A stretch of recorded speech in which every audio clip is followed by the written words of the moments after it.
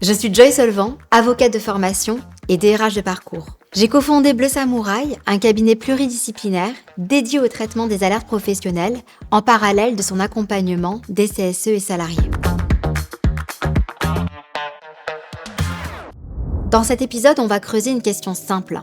Pourquoi face aux alertes professionnelles, le cadre protège souvent bien plus que la réaction ? Quand un signalement survient, tout s'accélère. Et très vite, l'improvisation peut prendre le pas sur le cadre.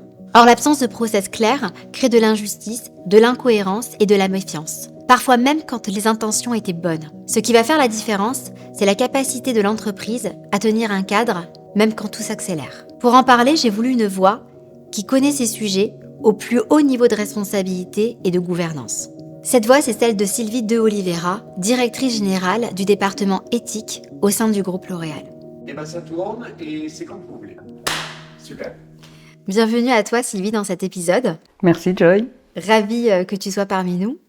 Alors peut-être pour commencer, est-ce que tu peux te présenter en quelques mots ? Je suis ravie aussi d'être avec toi aujourd'hui.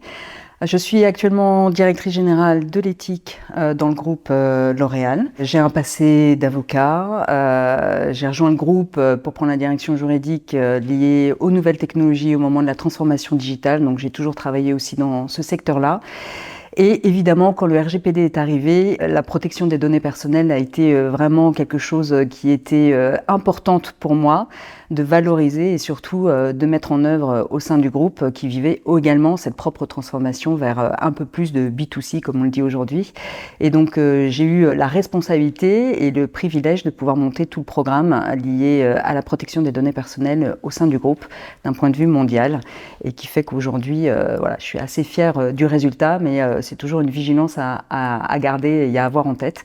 Et on continue à mettre l'humain et les valeurs liées à l'être humain et à son respect dans mon rôle aujourd'hui, qui est aujourd'hui la fonction éthique. Bienvenue à toi Sylvie dans cet épisode. C'est la raison pour laquelle on te voulait, parce que aujourd'hui on va parler de process, de dispositifs d'alerte professionnelle et c'est une étape clé dans le traitement des signalements aujourd'hui en entreprise. Si on attaque dans le dur, j'ai envie de dire qu'un signalement, quand il tombe, on voit souvent les mêmes réflexes. L'urgence, les émotions, les pressions managériales, des attentes fortes même des partenaires sociaux. Très vite, la question ne devient pas forcément quoi faire, comment décider, mais surtout le faire sans créer d'injustice. Alors, pour toi, Sylvie, ma première question dans cet épisode, c'est qu'est-ce qu'une entreprise gagne concrètement en termes d'équité et de cohérence à mettre en place une politique claire, un dispositif clair pour ne pas improviser sous pression ? Alors, c'est une excellente question. Et j'ai envie de te dire que le premier mot qui me vient à l'esprit, c'est la confiance. Si on n'a pas un dispositif clair qui permet justement d'éviter une improvisation, une précipitation, une décision prise sous le coup d'une émotion, à ce moment-là, on va dire droit à la catastrophe. Ou en tout cas, on manque de distance, de recul et de discernement pour pouvoir justement traiter correctement le signalement. Et donc, la confiance, non seulement des collaborateurs au sein de l'entreprise, sur la capacité de l'organisation à justement éviter les pièges que je viens de nommer, passe par la connaissance d'un dispositif clair et donc mise en place, connu et mise en œuvre. Et derrière ce dispositif, ça veut dire quoi un dispositif clair ?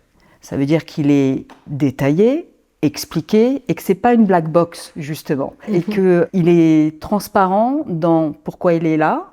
Bien sûr, il y a des obligations légales, on va pas y revenir, mais derrière véritablement pour moi c'est avoir ce dispositif qui permet d'être en confiance dans l'organisation et la capacité de l'organisation à empêcher qu'on parte sur des décisions qui ne soient pas équitables, prises sous le coup d'une émotion, comme tu le disais, qui est un petit peu irrationnelle, mais au contraire sur la base de méthodes standardisées, de principes qui soient très clairs et finalement cohérents.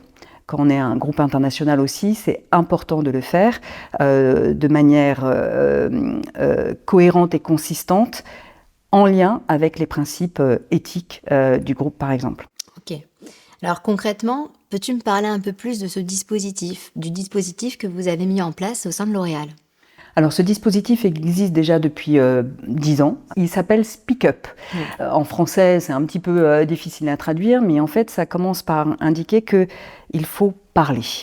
Et d'où l'importance aussi d'avoir confiance dans le dispositif et mise en place par l'organisation pour pouvoir être en confiance pour venir signaler un fait, un dialogue, une conversation, quelque chose qui nous semble absolument inapproprié ou non éthique ou pas légal. Donc cette ligne d'alerte éthique qui s'appelle Speak Up est publique. On l'a mise en place à travers un site internet sécurisé, donc qui s'appelle l'orealspeakup.com, qui est mise à disposition donc de tous, aussi bien des collaborateurs que des partenaires externes. Donc toute personne a la possibilité de faire un signalement à travers cette ligne éthique. Il est également possible de venir faire un signalement auprès de personnes dites habilitées au sein du groupe à pouvoir recevoir un signalement. Donc une personne peut contacter ces personnes habilitées, donc c'est des personnes de la direction générale, la direction des RH, les correspondants éthiques que nous avons au sein de l'organisation. Quand je dis habilitées, c'est qu'elles ont eu une formation un petit peu plus particulière pour recevoir justement des signalements, parce que ce n'est pas un exercice si simple, c'est pas comme recevoir des amis à table pour un dîner à la maison.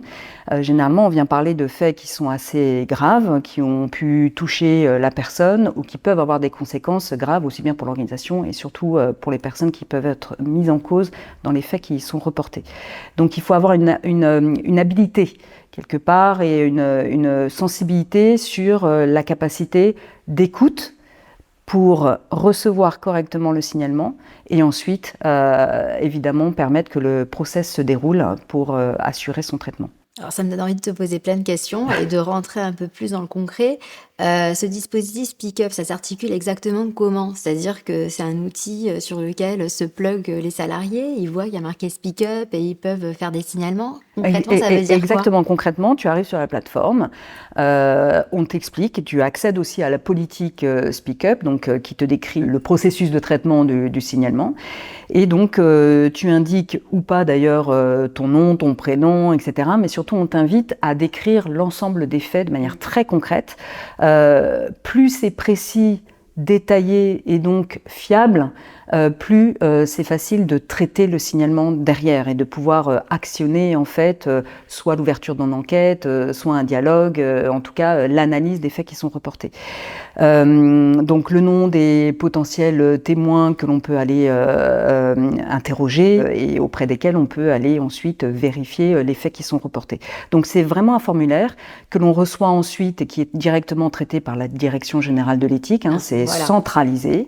Ce n'est pas éparpillé, au contraire, donc c'est centralisé par des gens professionnels dont j'ai la responsabilité et qui vont ensuite mener une analyse de recevabilité du signalement, des faits qui sont reportés et qui vont voir leur crédibilité si c'est de bonne foi, parce que il faut éviter aussi que ce process soit instrumentalisé ou manipulé à des fins qui sont au contraire de ce qu'on veut défendre, à savoir des principes éthiques de transparence, d'intégrité, de courage et de respect. Tu as bien raison d'inciter dessus, d'ailleurs ça fera l'objet d'autres épisodes, notamment sur la qualification. Donc ça fait partie de ce process, mais c'est une étape qui est très clé, parce que très vite tu peux rentrer finalement dans des débats de conflits, d'avis divergents, mais ça ne veut pas dire que pour autant c'est véritablement constitutif d'un harcèlement. Donc tu as raison de le souligner. Pareil, si on rentre concrètement dans le dispositif de L'Oréal, comment ça se passe exactement? Donc ce formulaire, il est complété, il est remonté au département éthique.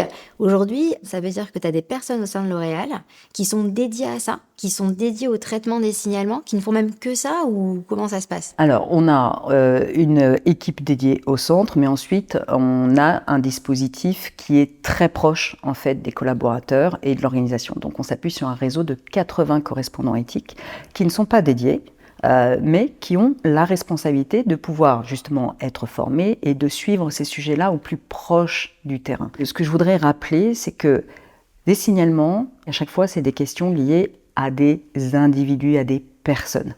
Donc il faut être proche aussi de la culture, il faut être proche de la personne, il faut être proche de l'organisation pour comprendre et pouvoir être en capacité de décrypter les perceptions qui peuvent être, on va dire, exagérées ou exacerbées par des émotions et revenir toujours avec un sens de discernement et de la distance. Donc on s'appuie sur ce réseau de correspondants éthiques. Donc lorsqu'on reçoit un signalement, on ouvre cette phase de recevabilité. Lorsqu'on estime qu'il y a suffisamment d'éléments concrets qui nous sont rapportés, à ce moment-là, on confie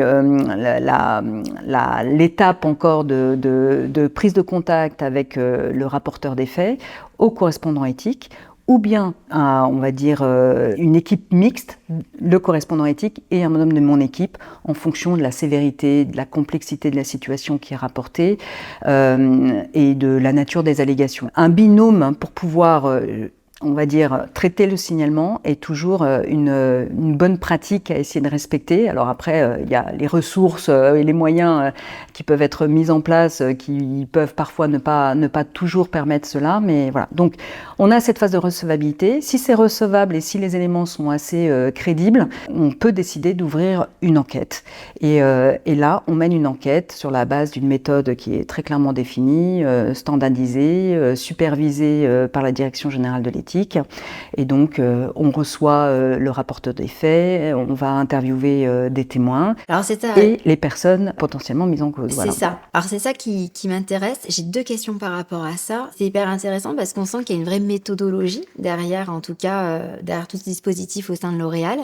La première question, c'est que, voilà, donc on décide d'ouvrir une enquête, de lancer une enquête.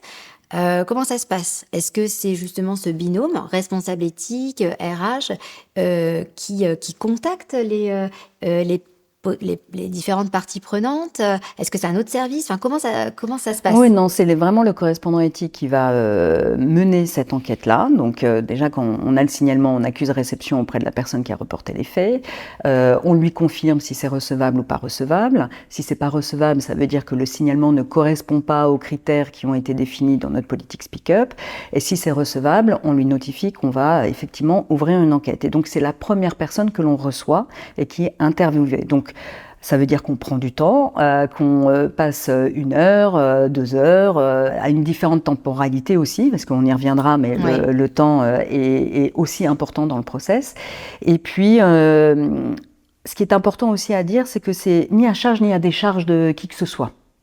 L'impartialité est absolument critique dans le traitement. Encore une fois, une personne peut percevoir des faits et nous les remonter sous son propre, on va dire, sa propre perception. Elle a aussi parfois ses propres biais ou sa propre douleur, parce qu'on peut, encore une fois, il y a du harcèlement moral, donc on peut arriver à beaucoup de souffrances aussi, du harcèlement sexuel. Voilà, on est très très vigilant à ça. Mais la personne mise en cause, parfois elle est mise en cause et à juste raison, et parfois non. Donc il faut toujours être vraiment dans la neutralité la plus parfaite possible, même si la perfection n'est pas de ce monde, mais le plus respectueux dans dis-moi comment tu as perçu ce fait, ok, pourquoi tu dis cela comme ça, à quel moment ça s'est passé, auprès de qui as-tu pu venir chercher un soutien, etc. Et donc on va ensuite, on va dire, vérifier ces faits-là auprès d'autres témoins potentiels, et puis évidemment on rencontre aussi la personne mise en cause qui est également informée de l'ouverture de cette enquête. Et ce sont des invitations, comment ça se matérialise justement ces moments d'échange? Est-ce que ce sont des invitations, des convocations qui sont envoyées, ou au contraire on essaye de sortir du formel et de passer un appel, par exemple un appel téléphonique pour prendre ces rendez-vous, ces différents rendez-vous? Alors si on ouvre une enquête, il faut que ça reste assez formel, puisque ça permet justement d'asseoir cette équité, ce formalisme, et on le fait de la même façon pour tous.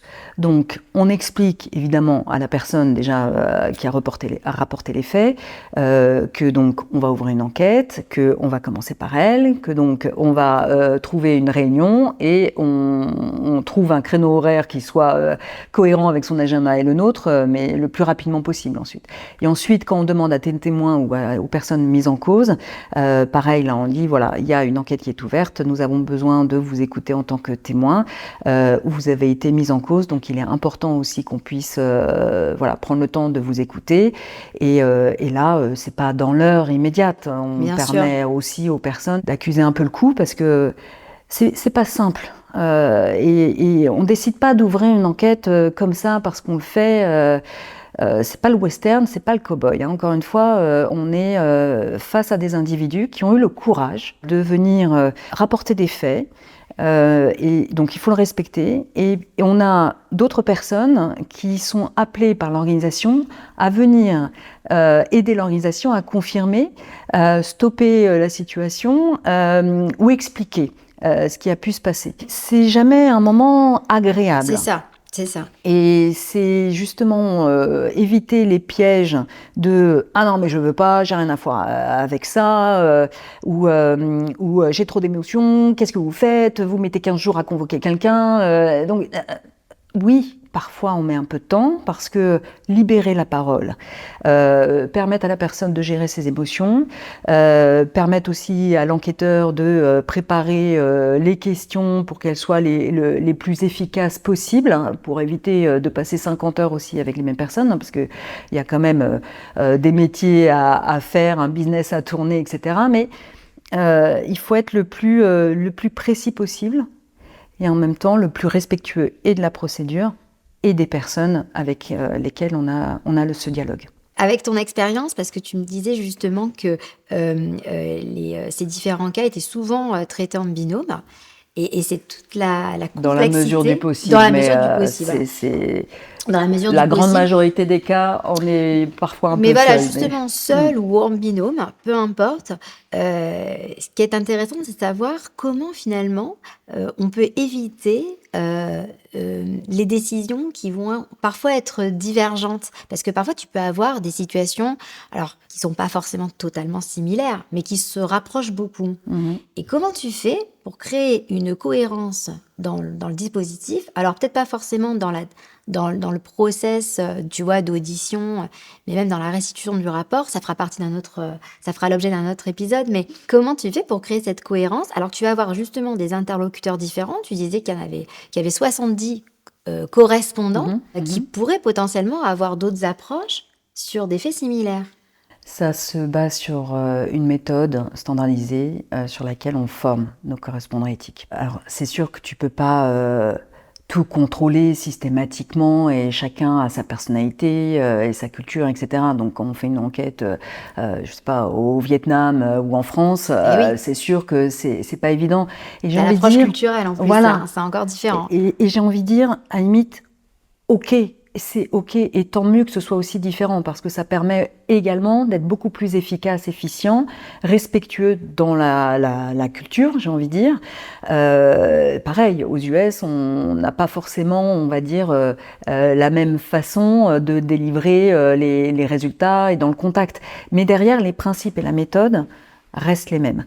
Donc on délivre le message vraiment lorsque l'enquête est terminée, voilà, on partage les conclusions de l'enquête. Et évidemment, c'est un moment qui est extrêmement attendu et par la personne mise en cause et surtout par la personne aussi qui a rapporté les faits. Et les uns comme les autres, soit peuvent être déçus en disant « mais non, je vous avais dit qu'il me harcelait moralement », mais non, en fait, ça reste un comportement qui a peut-être effectivement été maladroit, inapproprié, mais n'est pas constitutif d'un harcèlement moral. Et donc ça, il faut expliquer, avoir aussi de l'empathie, mais à un juste niveau, et de ramener, on va dire, l'émotion là où elle doit être, pour que la personne entende que c'est pas parce qu'on dit qu'il y a eu un comportement qui n'est pas qualifié d'harcèlement moral, qu'on n'a pas pris en compte la situation, qu'on ne va pas y apporter une mesure de remédiation.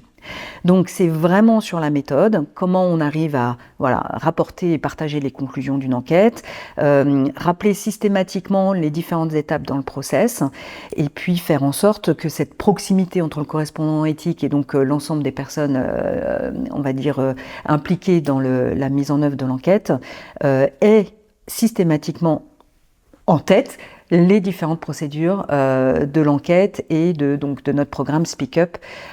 C'est comme ça qu'on essaye de maintenir l'équité et la cohérence d'approche. Ouais, parce que c'est vrai que je t'ai fait beaucoup parler de ce dispositif tel qu'il existait au sein de L'Oréal, mais finalement, on voit bien que ce process, ce dispositif, ce n'est pas qu'un document. Un dispositif, pour qu'il soit fiable, il faut qu'il soit vivant. Il faut qu'il soit lisible, incarné, porté. Et souvent, quand on creuse, on se rend compte que on découvre, en tout cas dans certaines organisations, un empilement des règles, mais sans que ça soit vraiment compris de la part des salariés. Et donc moi, ma question, c'est que comment tu t'assures, alors tu as parlé de formation, mais si on rentre un peu plus dans le détail, comment tu t'assures que le dispositif qui est mis en place au sein de L'Oréal, il soit très clair pour tout le monde. Par exemple, tu vois, quand tu formes des 70 correspondants, c'est une chose, mais les salariés, alors je ne sais pas combien vous êtes. On est 90 000, donc voilà, comment 90 000, effectivement comment les 90 000 savent... Comment tu fais vivre ce dispositif pour 90 000 collaborateurs? Non, c'est une très bonne question et tu as utilisé un mot qui me plaît beaucoup, c'est incarner. Et bon, tu m'as entendu, j'ai beaucoup parlé des personnes et de remettre les personnes au cœur. Un dispositif, c'est effectivement des process, des politiques. On a une politique, on a un playbook, on a des supports de formation, des règles pour pouvoir démontrer tout le programme qu'il existe bien et pour le standardiser. Et comme tu dis, il faut que ce dispositif soit vivant, connu et incarné. Alors il commence déjà par la culture éthique du groupe. Et il est déjà porté par notre directeur général en lui-même, et ça commence par là. Nous, on va fêter nos 25 ans du code d'éthique de L'Oréal.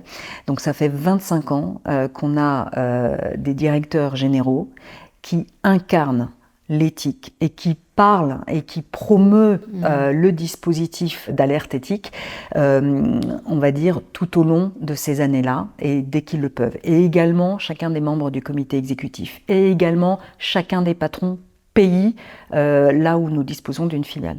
Donc on a un moment clé, par exemple, dans lequel on promeut et on refait encore, on va dire, en toute transparence, la promotion et on encourage les collaborateurs en confiance à venir justement parler.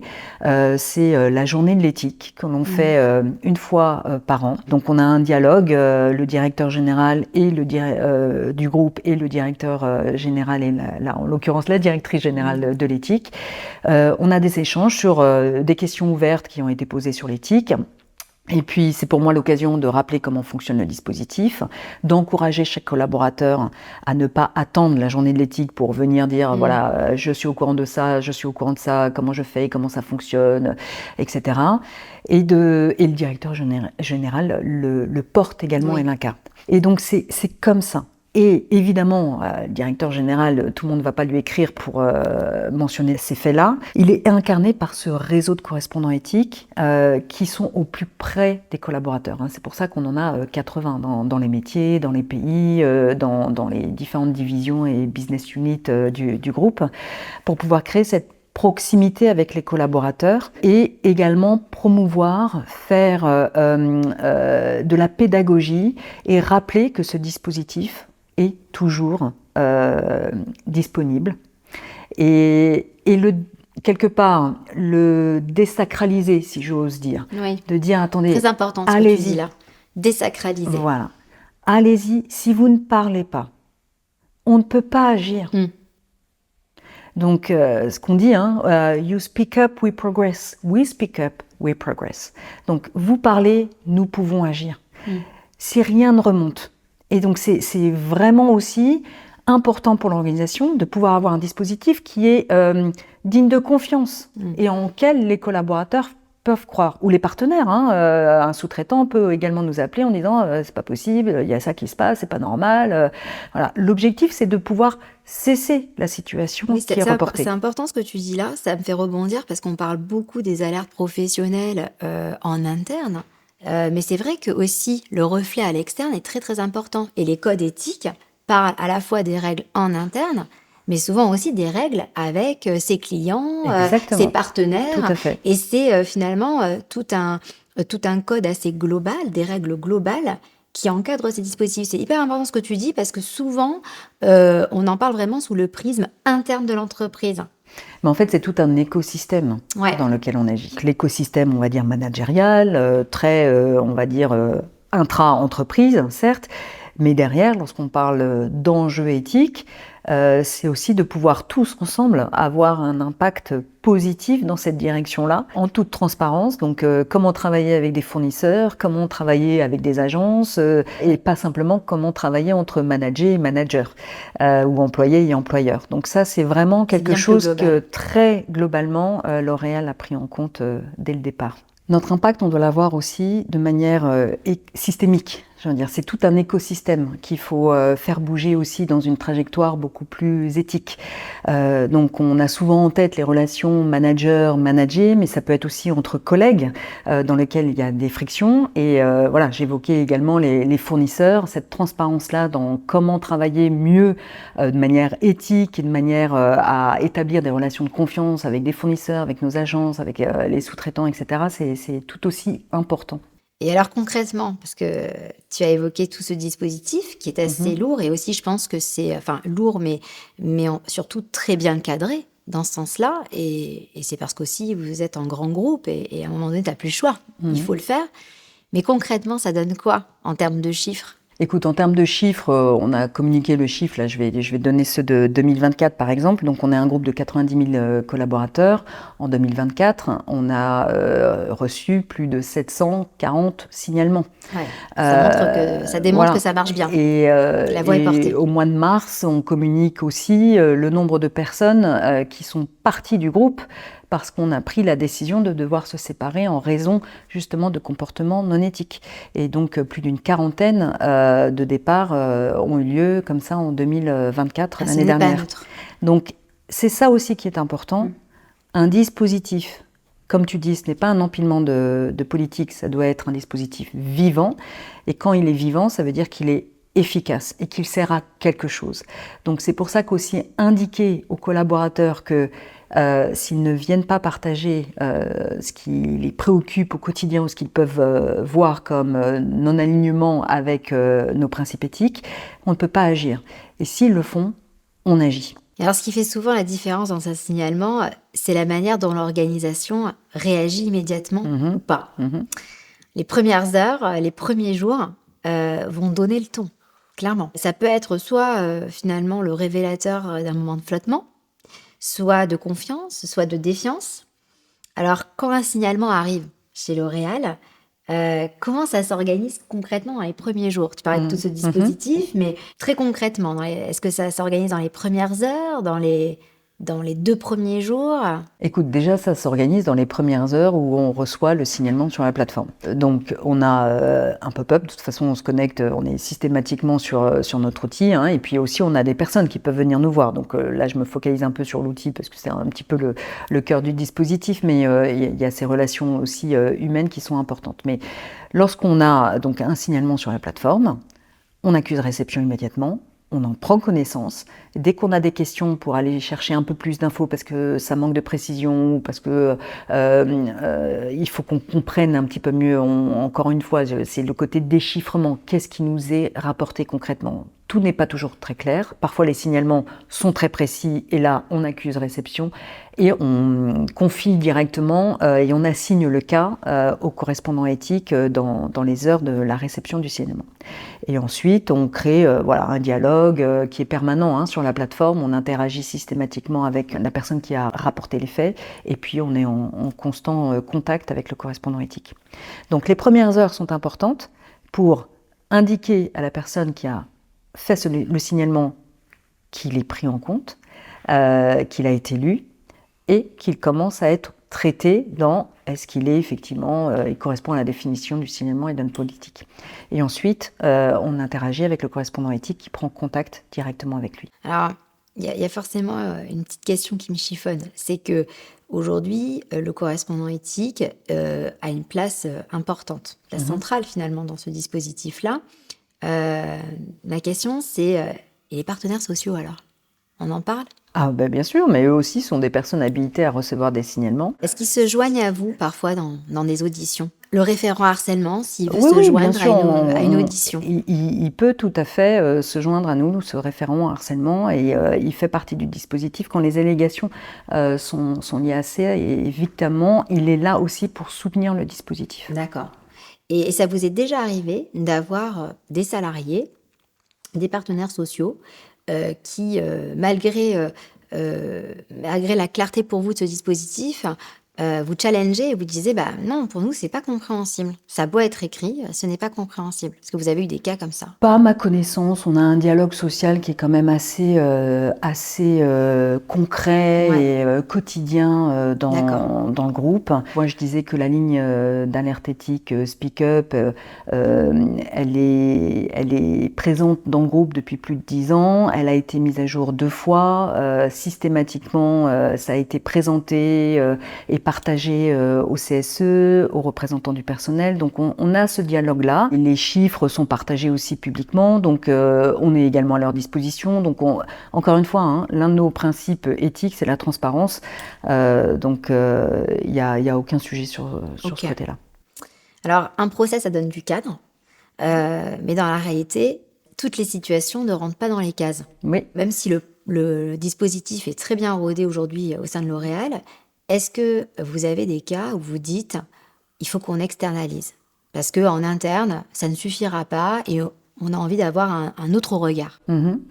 Écoute, ça fait partie du dispositif en lui-même d'avoir la possibilité d'externaliser une enquête. Et donc oui, ça nous arrive. Alors pourquoi? Tout simplement, parfois ça peut être aussi un problème de charge, tout simplement. Mais c'est pas la majorité des cas. La majorité des cas, c'est lorsque aussi le correspondant éthique peut connaître les personnes qui sont impliquées.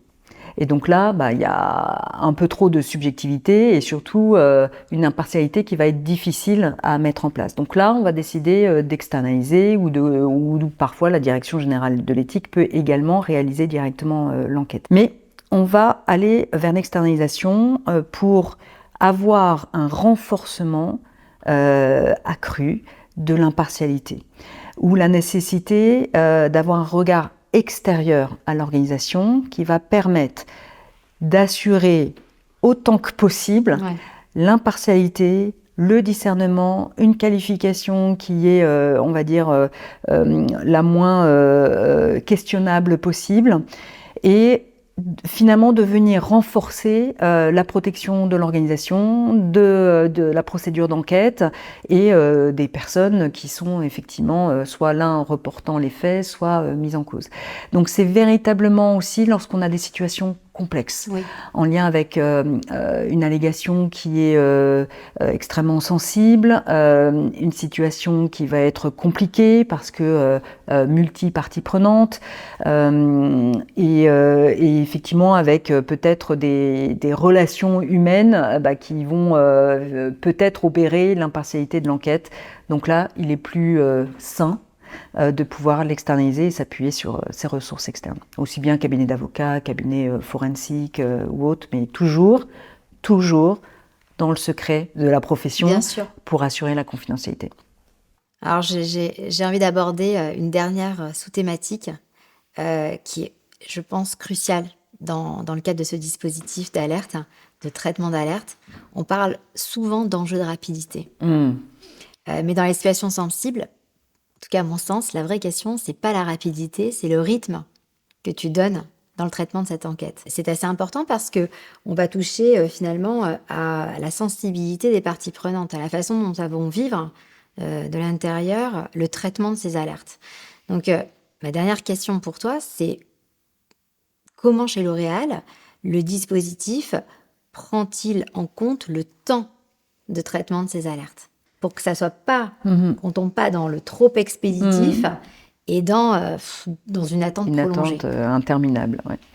C'est une très bonne question et le temps, comme l'expression le dit, le temps aide aussi. Il ne faut pas l'ignorer. Alors quand on est une organisation, on a envie que voilà, le dispositif soit efficace, qu'on traite très rapidement les sujets, etc. Le temps aide aussi dans la gestion d'une alerte. Pourquoi? Parce que, encore une fois, on est dans des situations liées à des personnes. Quand tu traites d'allégations liées à du harcèlement moral, du harcèlement sexuel ou même de fraude, on est face à des personnes qui sont soit en souffrance, soit qui sont en train de se cacher. Donc à un moment donné, il faut pouvoir aider à ce que la parole se libère, à ce que les émotions se gèrent, et aussi le temps aide à comprendre, déchiffrer, analyser, prendre du recul, faire aussi les liens entre les différents faits ou relations qui peuvent être mises en place et donc finalement dévoilées au cours du traitement du signalement. En même temps, comme tu le dis justement, et comme je l'ai indiqué aussi, lorsqu'on fait une enquête, c'est pas un moment agréable. Donc, comme tout moment désagréable, on a envie que ça se termine assez rapidement. Ouais. Et puis surtout, lorsqu'on nous fait part aussi d'une situation qui n'est pas éthique, on a envie qu'elle cesse rapidement. Alors, généralement, le fait qu'une enquête s'ouvre, il y a déjà une prise de conscience qui se fait et on peut déjà voir une situation qui, entre guillemets, s'apaise ou un peu est suspendue dans le temps. Qu'est-ce que tu fais du manager qui est mis en cause? Il arrête de manager? Alors, non. Mais alors, bon, tu peux prendre des mesures conservatoires aussi en fonction de la sévérité des allégations et de la crédibilité de certains faits. Et c'est ça, très impactant. sûr. Voilà. Elles sont très C'est impactantes, très ces impactant. mesures. Et donc, le moyen et le secret, j'ai envie de dire, pour gérer le temps, et parfois le temps qui peut être perçu comme très long, c'est le dialogue. Et le dialogue constant avec le rapporteur des faits, la personne mise en cause et également un petit peu les témoins aussi, qui peuvent être là et se dire, bon, est-ce que je suis susceptible de revenir ou pas?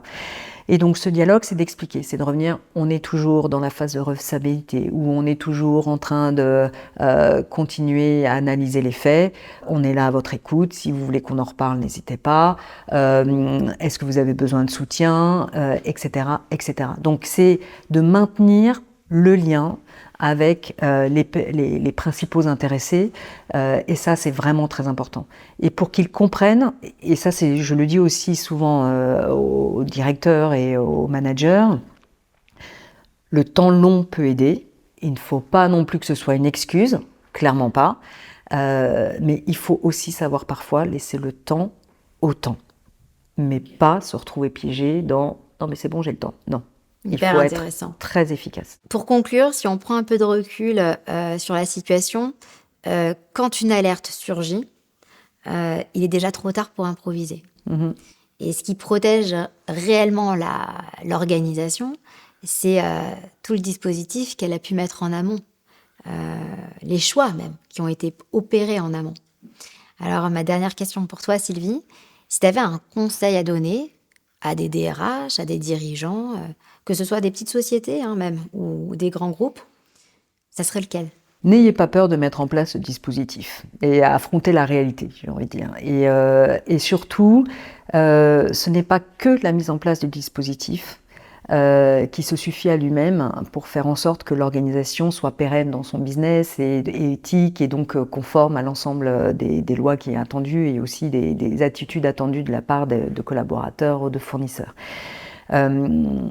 La promotion d'une culture éthique dans l'organisation. Et comme tu dis, c'est quoi les choix, les valeurs et puis les principes que l'organisation veut défendre. Nous, il repose sur 4 principes assez clairs, la transparence, l'intégrité, le respect et le courage. Donc c'est vraiment, pour moi, ce conseil, c'est, voilà, n'ayez pas peur, parce que ce n'est qu'un cercle vertueux. Il faut faire face à la réalité. Et à un moment donné, s'il y a quelque chose qui ne va pas, il faut pouvoir le savoir pour le corriger. Et dans le monde aujourd'hui qui devient complexe à déchiffrer, très volatile, où les risques sont constants, remettre l'humain au cœur du sujet et dans la façon de faire du business, de pouvoir accélérer aussi dans le développement durable tout en commercialisant des services ou des produits, il faut responsabiliser et remettre aussi du sens et quoi que de mieux que les règles ou des principes éthiques pour redonner ce sens dans une organisation et donc remettre la confiance avant tout dans le cœur du dispositif et au sein de la culture de l'entreprise. Merci beaucoup Sylvie. Ton épisode était très très inspirant. Je pense que d'avoir cet angle éthique est encore différent de l'angle RH, même de l'angle psychologue du travail. Et c'était un épisode pour moi très très riche. Merci beaucoup. Merci à toi, Joy.